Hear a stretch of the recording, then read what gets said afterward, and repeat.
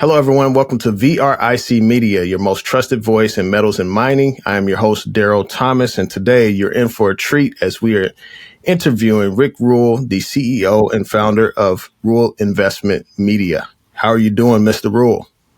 I'm doing well, sir. Congratulations on finding a new home. I'm delighted to see you working with Jay and the crew there. Yes. You've told me about Vancouver for a while, especially it being a big place for resource investing and such. And so I was able to go up there recently, and after your symposium in Boca Raton, and so it was fun. It was fun. Wonderful. Yes. So you did a video with us before, and we titled it "I Love to Be Hated." And so I think this one is going to be, we love to be hated. And so as libertarians, we tend to get hate from both sides. And I do want to talk about tariffs, and as tariffs is a tax, and taxes aren't often calculated in inflation and such. And so you had a post recently that really sparked my, you got me kind of riled up a little bit in terms of, this is taxation. Tariffs do create more costs for consumers because businesses aren't going to swallow those costs. And so I wanted to get your take on tariffs and what does this mean for inflation and taxation for Americans? Well, you're right. This is going to get us a little bit of hate for free from people who listen to this. But, people often don't like math, Daryl. Let's look as an example at Walmart. I think the last time I looked at their income statement, it showed a profit margin on items sold of about 3.5%. So suppose that Walmart is importing an item from China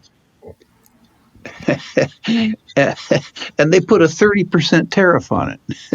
Now, who do you reckon eats that? How do you take 30 out of 3? You follow me? Yeah. People can like Trump. People can like the idea of making Americans buy more American stuff. But the Chinese aren't paying those tariffs. The people who buy the Chinese stuff are paying those tariffs. Tariffs are taxes, and taxes suck. But it's worse than that. If you drive the price of something up, remember that the sales tax is based on the final price of the item.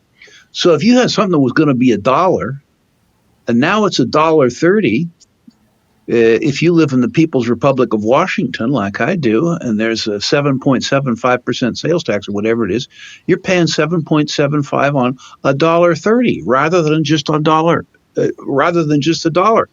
So tariffs are a double tax in a state that has high sales tax. They're the frontline tax, and then they drive up the next tax. Irrespective of your policy points of view, Daryl, math is math. Yeah, agreed. So math is math. Obviously, folks are advocating for these tariffs. They're saying it's bringing us income into the government. We're going to balance the budget, whatever they think that is going to happen out of that extra money that the government is receiving from the tariffs. But ultimately it comes from the American people. So it's almost like, we got a handout in a bill, the big, beautiful bill or the big, ugly bill, some people may say, where, the tax cuts were made permanent. You get a handout there, but then the government's also reaching in your back pocket at the same time with the tariffs, because ultimately you're paying the higher cost that's going to the government. Well, you will notice, Daryl, that in this big, beautiful budget, that the spending is right now, and the cuts are happening 3 or 4 years from now. Now, what do you reckon the odds are that those cuts are actually going to happen? History tells me that the probability of that is exactly nil. The big, beautiful budget has the 4th largest projected budget deficit in history. But the problem, well, that is a problem itself. But the problem is the mismatch in the timing between the spending, which is now, and the cuts, which are 4 years from now. The probability that those cuts get rescinded is, I would suggest, 100%. I mean, first of all, the tax cuts in there are really fraudulent, because any tax cut without a spending cut isn't a tax cut. It's a tax deferral. What that means is that you don't pay it, but your son does. Mm-hmm. Yeah, yeah. We dance around with all these strange concepts, but the on-balance sheet liabilities of the U.S. government exceed $37 trillion a year, and they're growing by $2 trillion a year. That has to be paid by somebody with interest. Either it should be paid by the people who incur it, which is to say you and me, or it shouldn't occur. Obviously, my preference is that it shouldn't occur. Yeah, yeah, for sure. So with this passing down to, future generations, me having young kids, having to think about their future and such. And I remember recently you had reposted on X a post from an individual who talked about the millennials being upset at the boomers for all of the all of the benefits they voted themselves in, and it was communicated, over the years that, hey, this is going to impact the younger generations and such, and so it sounds like even now, the policies that are being passed in our lifetimes is going to keep impacting the younger generations, such as my kids, when they grow up. Daryl, again, we got to get to math. I had a fellow say to me at the conference, I've been hearing this stuff for years. Why should anything change? And I explained to him that it isn't just the absolute number of the debt, but rather the debt relative to the size of the economy. In 1982, the debt was 32% of gross domestic product. In 2025, the debt is almost 130% of gross domestic product. You've heard me talk about before the net present value of off-balance sheet entitlements. I know, you're smiling. You heard about it till you're blue in the face. But the truth is, in 1982, that number was about the same as GDP. Now it's 3.5 times GDP. It isn't just the aggregate size of the debt. It's the size of the debt relative to the economy's ability to service it. The great writer Hemingway, he wrote a bunch of books and he made a lot of money. He went broke.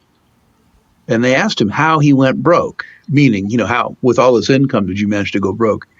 He answered literally. He said, slowly at first, then all of a sudden. And folks who look at the fact that we've gotten away with adding to this debt for 45 years need to understand that you have a Minsky moment. You need a moment. You come to a moment where the creditors, when everybody realizes the debt isn't serious. We aren't there yet. But people who can do arithmetic are there yet. I'm delighted that you framed it in the context of your concern for your younger children, because that's precisely where the concern should lie. For me, miraculously, I'm going to get through this okay. I'm 72 years of age. We're going to keep this Social Security, this Medicare, Medicaid going for a while. They're going to play around the edges for sure. They're going to raise the eligibility years for Social Security. Right now, it's at 62 years. When it was instituted, it was at 65. And when it was instituted, the average life expectancy of an American male was 66 years. So the government had effectively a 1-year liability. Now the average life expectancy of American males is 83 years, and they begin it at 62 years. You get the problem, right? And this is true across the length and breadth of these things. And the millennials have a right and a cause to be exercised about this. My generation voted ourselves all kinds of cool benefits, but we forgot to pay for them. Now, there's old codgers like me who say, well, that's not true. I paid into my Social Security for X amount of time. Yeah, but the money's gone.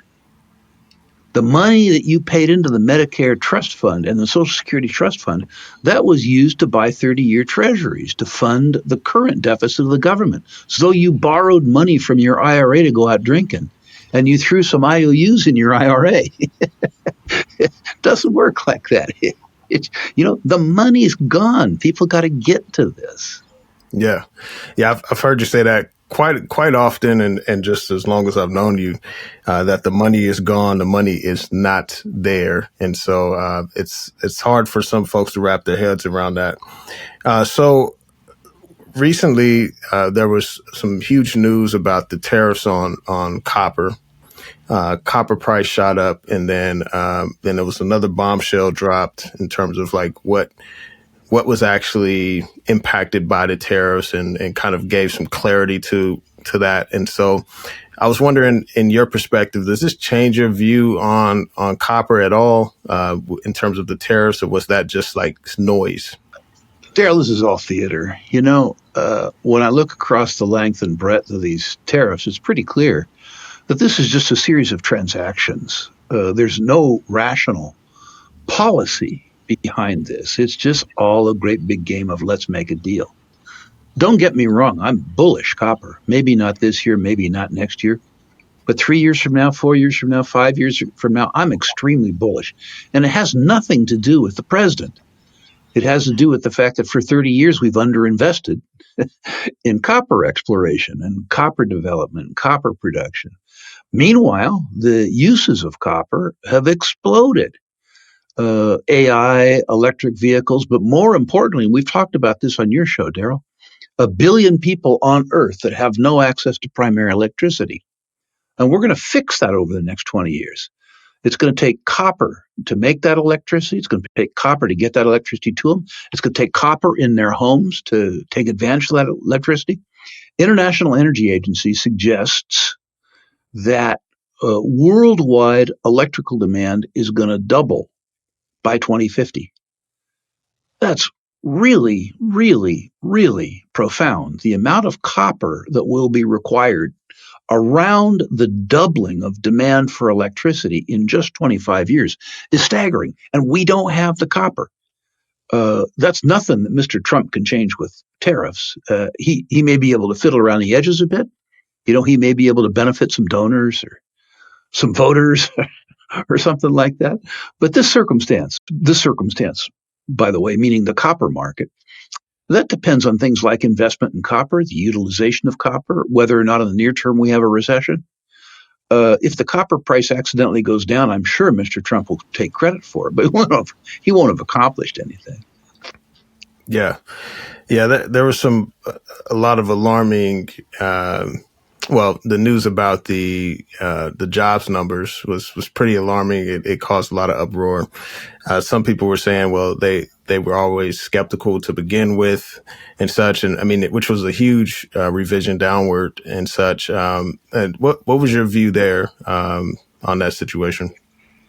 I used to watch the job numbers. I'm not sure why. I'm not an economist. Maybe I watched them to understand how those numbers would impact Wall Street's mood or something like that. But they've always been revised. I mean, they've always been junk. I'm not sure that the Bureau of Labor Statistics accomplishes any useful function.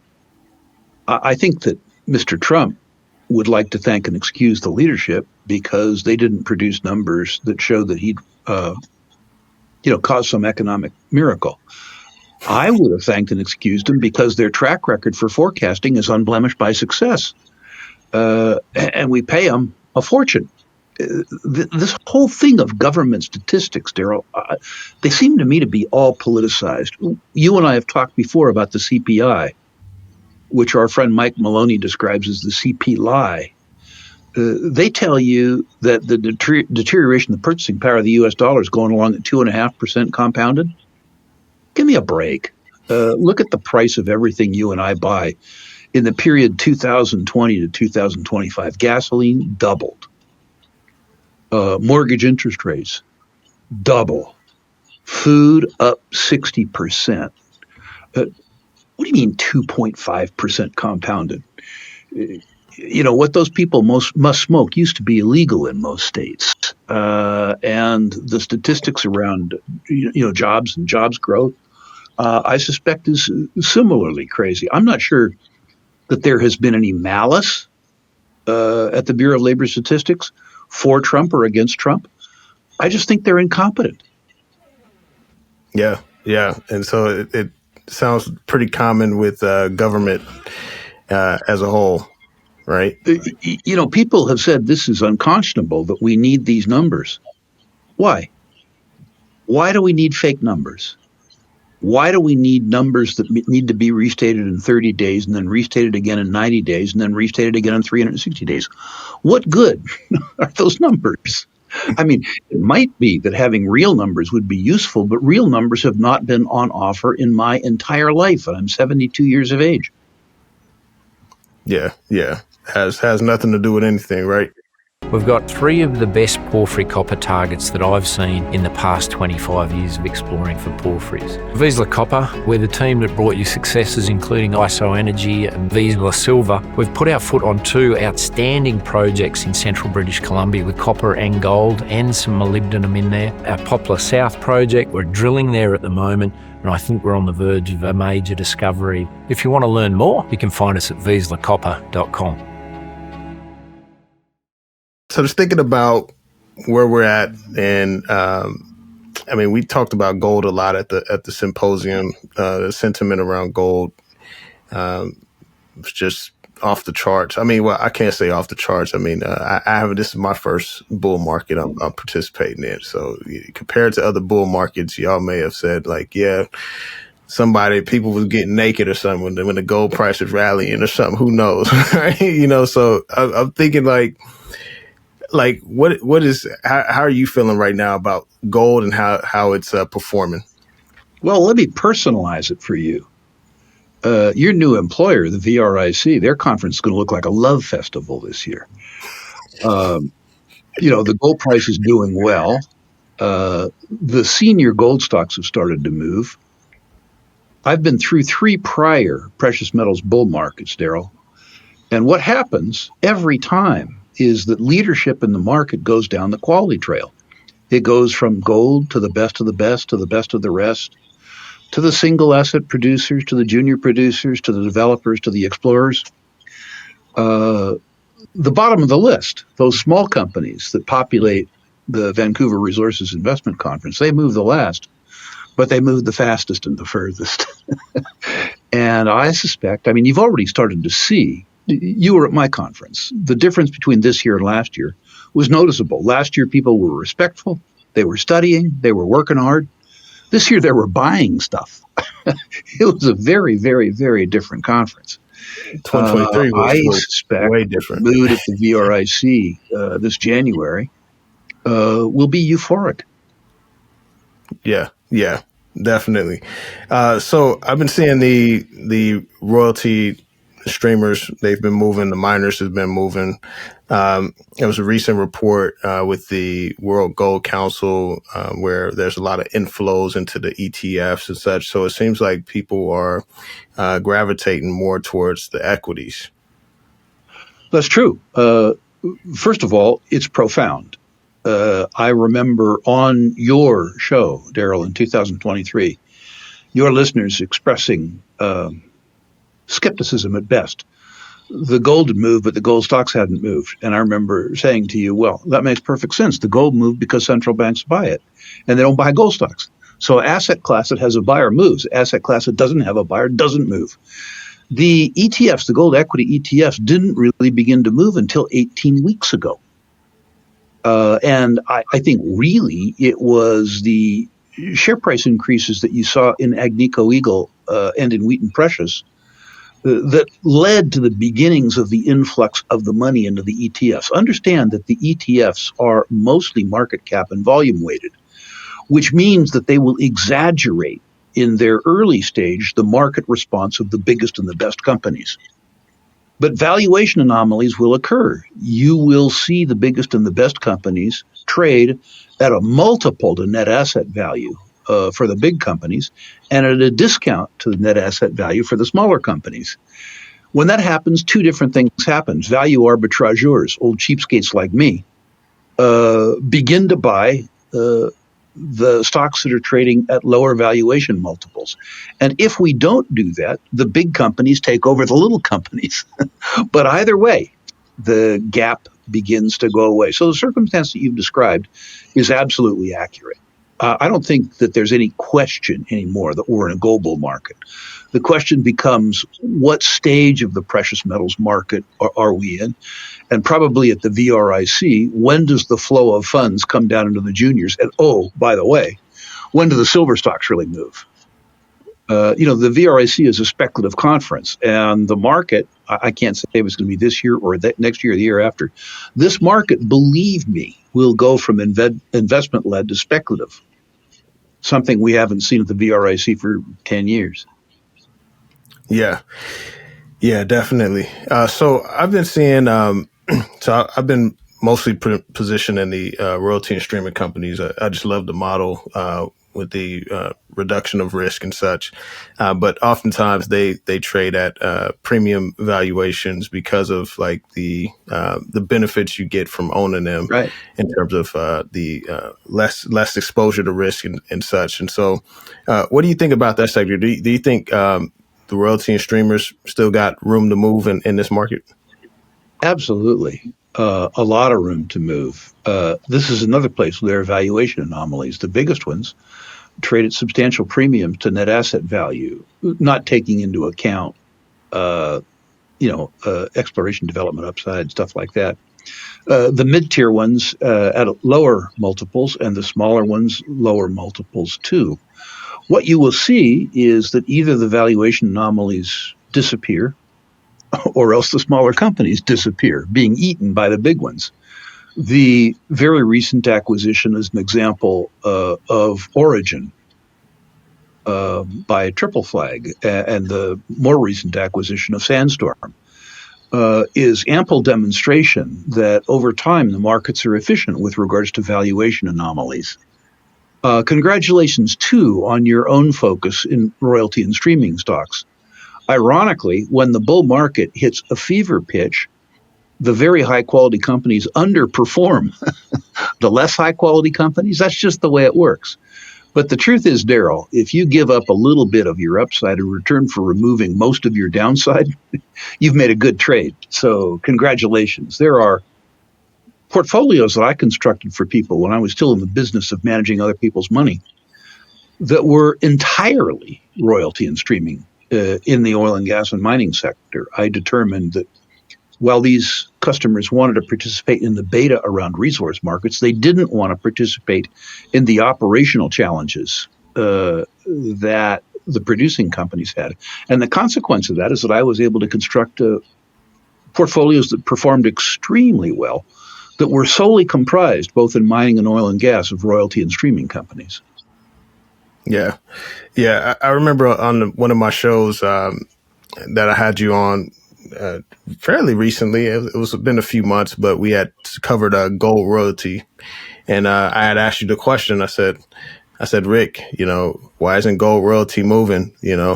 Wheaton's moving, Franco's moving, gold royalty staying still. And then sure enough, it started moving. So, Daryl, when the generalist money comes in the space, you've been hanging around studying this stuff long enough. You know the gold royalty exists. But when the generalist mutual fund community, or for that matter, when the average Wall Street Journal subscriber hears about the gold market, he never heard of gold royalty. He may have heard of Franco. He may have heard of Agnico. He certainly will have heard of Newmont, because it's in the S&P 500. But the truth is that given the fact that you've been in the business for a while now, your attention has been drawn down the quality trail. That'll happen to the rest of them too, and it'll be a lot of fun to be there before they are.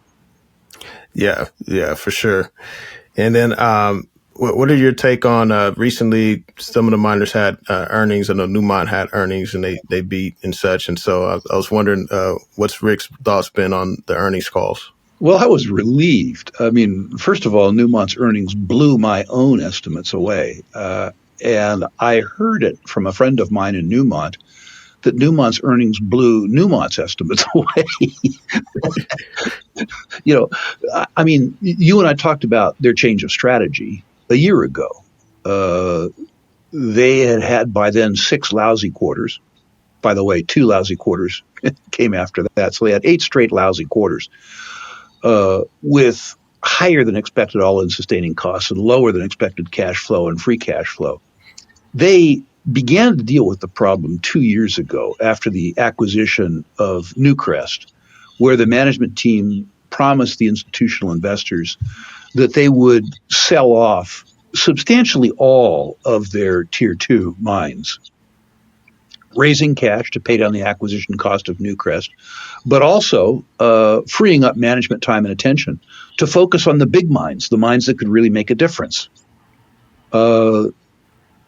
They budgeted $2.2 billion in receipts from those sell-offs. As it ended up, they made almost $5 billion from those sell-offs. But more importantly, by being able to focus love, time, and sustaining capital investment on their best projects, they finally crushed all-in sustaining costs. I mean, make no mistake, this quarter was a monster. It was a true monster. Newmont went from having not a challenging balance sheet, but not a great balance sheet either, to having a pristine balance sheet. And they had a pristine balance sheet that generated over $1.5 billion in free cash. They have a lovely problem now, Daryl. What do we do with the money? And it appears that they've decided to give a couple billion of it back to shareholders by way of either an increased special dividend or a share buyback. But as you say, it was a truly spectacular quarter. And I think it got a lot of people looking at the gold space. And it got people who have been in the gold space for a very long time, but were skeptical about the impact of the gold price and the continued fiscal discipline of the gold producers. Old codgers like Rick Rule. It gave them a renewed sense of confidence and hope. Yeah, definitely. So in addition to, I mean, we've covered central bank buying a lot, and they seem to be providing like a floor for the gold price measured in fiat currencies. And so, what else is keeping this elevated? I mean, obviously debt deficits. There seems like a lot of tailwinds. And so which tailwinds are the most important when you're thinking about gold? Daryl, we're still seeing determined foreign central bank buying. The United States has proven to be a dishonest and disingenuous trading partner. That isn't to say that we haven't behaved exactly like the other countries have, but the United States was held to a higher standard. And unlike the other countries, we have the world's reserve currency. In addition to that, we have the deepest treasury market in the world. And for 40 years, the U.S. Treasury was regarded by foreign central banks as better than gold. A couple things went wrong with that. The weaponization by the United States of the SWIFT banking system, which was not U.S. property. The utilization of the U.S. dollar in the U.S. Treasury market to impose America's political will on other countries didn't go well with those other countries. Then, and I don't say this in defense of Russia's actions in the Ukraine, but the U.S. government's decision to steal $300 billion worth of U.S. treasuries held by the Russians made other countries that have occasional policy disputes with the Americans, say the Chinese, concerned about the efficacy of holding U.S. treasuries. And so there has been consistent selling of the U.S. Treasury in favor of other stores of value and mediums of exchange, including gold, and that continues today. Then there's a second problem. The second problem is the real deterioration in the purchasing power of the U.S. dollar. When people like me look at the U.S. dollar, they see a currency where the purchasing power is declining by 7.5% or 8% a year. Now, if the U.S. 10-year Treasury is paying you 4.5% in a currency that's declining by 7.5%, it means you're losing 3% of your purchasing power every single year. So if you're a foreign central bank, if you're the Japanese, if you're the Chinese, if you're the Eurozone, You think, now, wait a minute.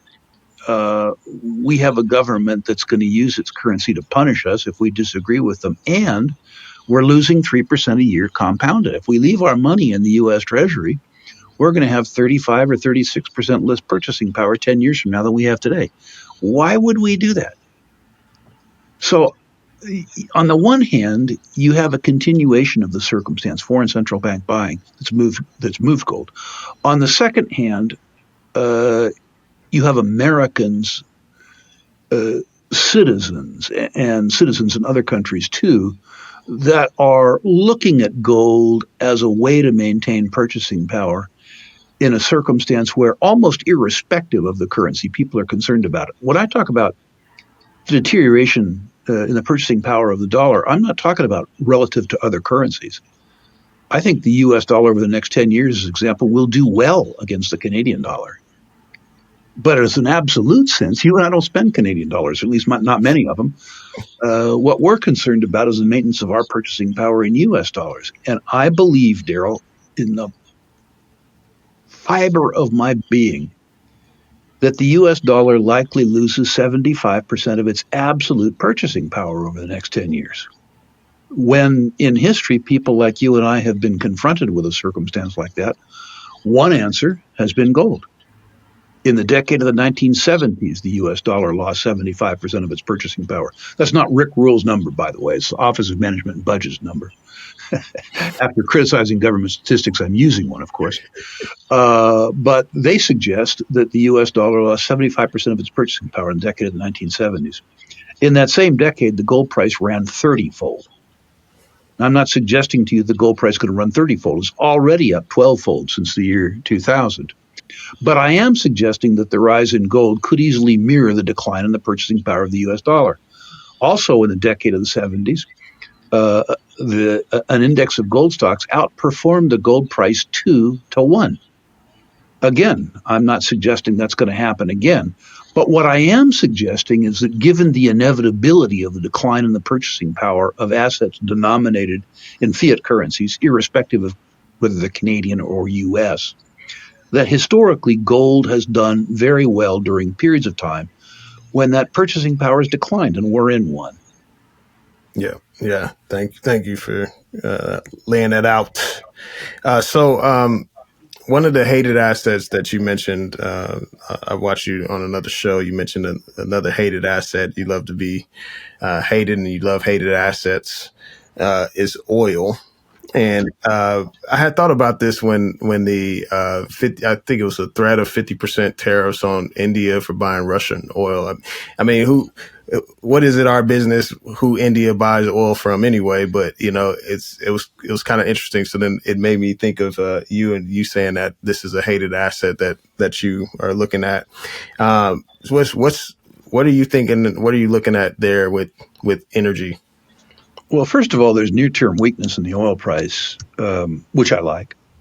I suspect, I'm not an economist, but I suspect the economy is weaker than we believe it is.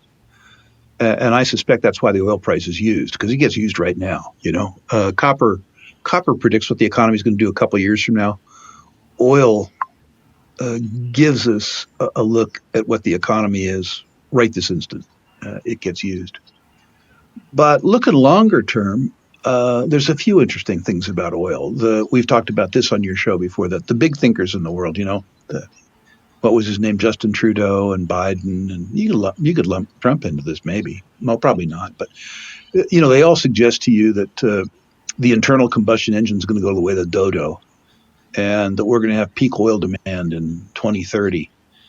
I mean, if we didn't have oil, what would they put in all those jets to fly to Davos to tell us to drive less, right? Some people say, well, alternative energies like wind and solar. I'm all for that. I've invested in wind and solar. I'm agnostic as to how I make my money. But the truth is, as a society, we've invested over $5 trillion in alternative energies over the last 40 years. We've reduced the combined energy market share of fossil fuels. I think it's from 83%, that was a high 40 years ago, all the way down to 81% today. $5 trillion investment has lowered the market share of oil and gas by 2% over 40 years. The oil stocks are priced like the half-life of demand is 5 or 7 years, when I would suspect that the half-life of demand is more like 35 years. What that means is that when people do a net present value calculation of oil companies, they cut off the free cash flow at 8 years with no net present value tail. The bottom line is that I suspect that U.S. oil companies, on a price to NAV basis, are selling at probably 60 or 70% of what they're worth. And Canadian oil and gas companies are selling at a discount to U.S. oil and gas companies. If you buy the Canadian companies, you take the risk that the Prime Minister of Canada, Mr. Carney, aptly named, is anti-oil. He is, unlike his predecessor, pragmatic. And he may understand that he needs the revenue from oil to cover his other spending plans. You'll recall the prior Prime Minister of Canada always thought his budget would balance itself and was always surprised when that didn't occur. Mr. Carney's a banker. He knows better than that. But he's philosophically opposed to oil. So the risk that you run with the Canadian oil trade, and the Canadian oil stocks are substantially cheaper than their American peers, the risk that you run has nothing to do with the Western Canadian Sedimentary Basin or Canadian oil companies, which are superbly run. It has everything to do with Ottawa. Despite that, I need to say, Daryl, my greed has overwhelmed my fears personally, and I have a fairly large portfolio of Canadian oil stocks. Okay. Gotcha.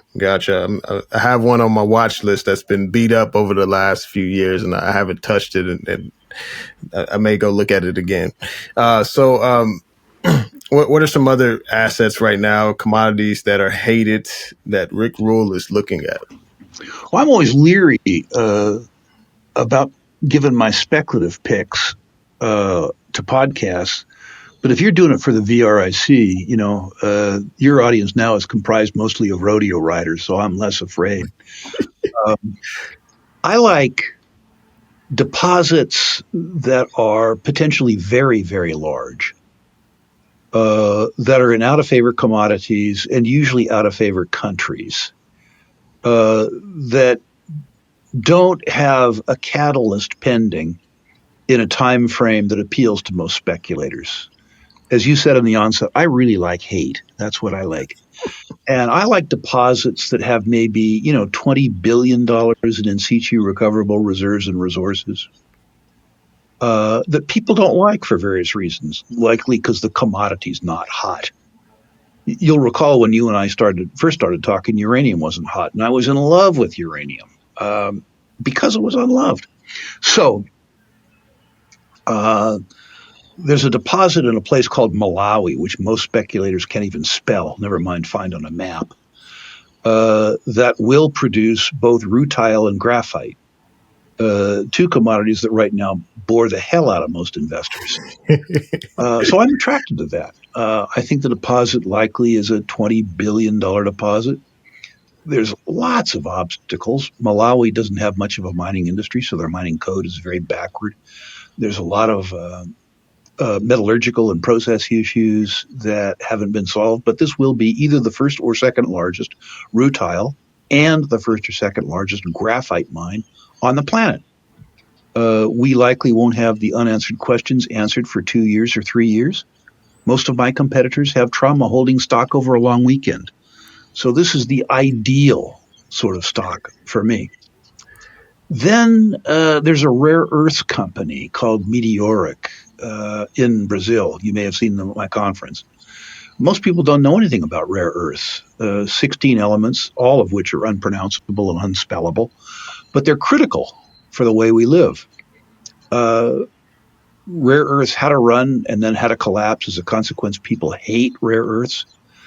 But they are absolutely critical to everything we do. And this geopolitical war, as lamentable as it is, has raised the strategic importance of rare earth deposits outside of China. And this is, I suspect, the largest rare earth deposit outside of China on the planet. I don't think that Trump should subsidize this deposit, but I think he will. As a taxpayer, I'm scandalized. As a shareholder, I'm delighted. So I'm attracted to that. What else am I attracted to? There's another Australian company, Centaurus, which has a sulfide nickel deposit also in Brazil. Nickel is really hated. Investors have been creamed in nickel. Yeah. I mean, just obliterated in nickel. You would think that nickel is a four-letter word, given the way that people describe it on X and other places like that. So I, of course, like it. This is one of two really superb undeveloped nickel deposits in the world. It isn't going to have a good year this year, probably won't have a good year next year. But the truth is there's $15 or $20 billion worth of nickel here. And that sort of thing, very, very, very large deposits that are out of favor, have made me an awful lot of speculative money. That's the kind of theme I like right now, Daryl. Yeah. It seems like you're getting more riskier the older you get, the more riskier you get. Well, when you and I first started talking, I encouraged your readers to take investments in the biggest and the best companies, because the valuation discrepancies between the biggest and the best and the rest weren't that high. So I got myself really, really, really fully invested in the big guys 4 or 5 years ago. The things that I'm asking most people to do now, I already did. I don't need to put any more Wheaton, although I probably will, in my portfolio, or put any more Agnico Eagle in my portfolio, because I'm stuffed to the gills. I don't even need more Cameco in my portfolio. So I am deliberately going down the quality trail, because all of the money now is crowded into the biggest and best names where I already am. I think it was Gretzky that said he didn't become, he wasn't the biggest hockey player in the world, wasn't the fastest. I'm sorry, I'm the fattest. He wasn't the fastest. He said that he became great because he didn't skate to where the puck was. There was all these big mean guys with sticks there. He skated to where he thought the puck was going to go. And I think the puck is going to go down market to great big deposits. And so that's where I'm going now. Yeah. Thank you for that helpful insight. So just one last metal, silver. Silver still far off its all-time highs in dollars. And the silver to gold ratio was at, I think, close to 100 to 1 recently. And so what's your view there on silver? Let's get a few things straight there. I don't care about the gold silver ratio. That talks about scarcity. It doesn't talk about utility. And it doesn't talk about the fact that most silver that's produces a byproduct of other metals, not from silver mines. I would also remind people who talk about the fact that silver is below its all-time high, that's its nominal all-time high. That $50 silver number was at a very different dollar. In order to be at a real all-time high, it would probably have to have 3 digits to the price. But let's leave that aside. The last 3 precious metals bull markets that I've lived through have been led by gold. When the generalist investor comes down into the space, attracted by the momentum established in the gold price, leadership changes from gold to silver. I don't know why that is, Daryl. I suspect it's because the lower unit cost of buying silver relative to gold. I don't actually know. But what I do know is this: when it occurs, and it will, you're not going to need Rick Rule to tell you it's occurred. When the silver price moves, it really, really, really rocks. It really, really, really rocks. When that happens, if you're on the floor of the VRIC, you'll see a euphoric response. When I was a young man and I came into the business in the 1970s, there was one little silver stock. It was a little silver stock then called Coeur d'Alene Mines. It ran from, in 1970, 10 cents to, in 1981, $65. Now, unfortunately, I was too young and too dumb and too broke to participate in that. But the next silver bull market that came along, I was a little older, 20 years older, a little better prepared, and we got involved in 2 very small silver stocks then. Silver Standard, Bob Quartermain's company, and Pan American Silver, Ross Beatty's company. We financed Silver Standard at 72 cents. We financed Ross Beaty's company at 50 cents. And within 6 years, both of those stocks had risen to over $40. Those are truly strange and wonderful moves.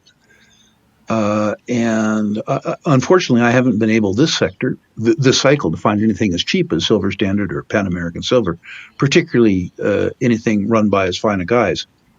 But you are going to see a clutch of junior silver explorers turn in some dramatic performance. Your viewers, of course, are going to say, Rick, exactly when will this lovely event occur? And I don't know the answer to that. I don't know the answer. What I do know is you better be early, because if you're late, you're going to leave a ton on the table. Yeah, for sure. Appreciate that. And just to wrap us up, folks are going to be wondering, like, when do I sell? Right. And I know you have multiple courses on Rule Investment Media, just really educating folks and such.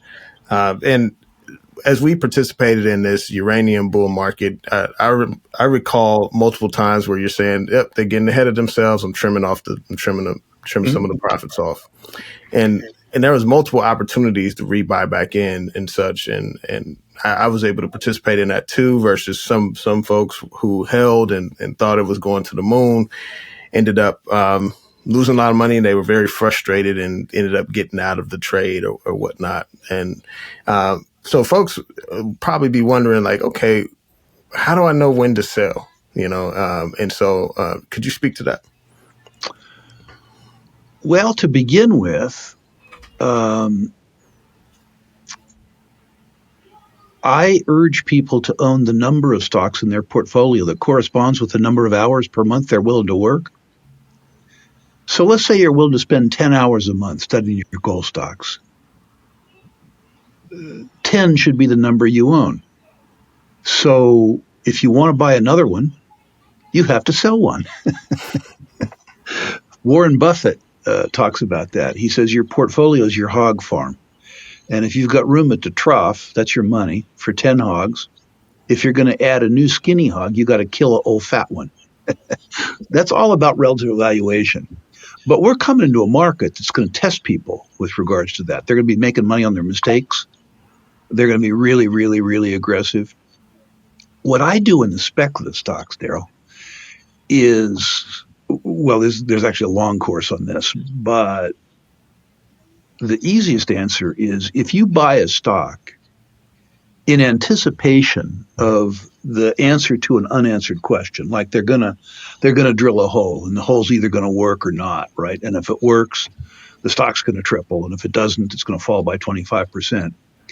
Sometimes in a bull market, the expectation of the outcome causes the stock to double or triple before the outcome occurs. In other words, you bought it in anticipation of a drill hole. Before the hole is drilled, the stock doubles. If that happens, man, you sell at least half. At least half. Get your money off the table. Answer the unanswered question with the house's money.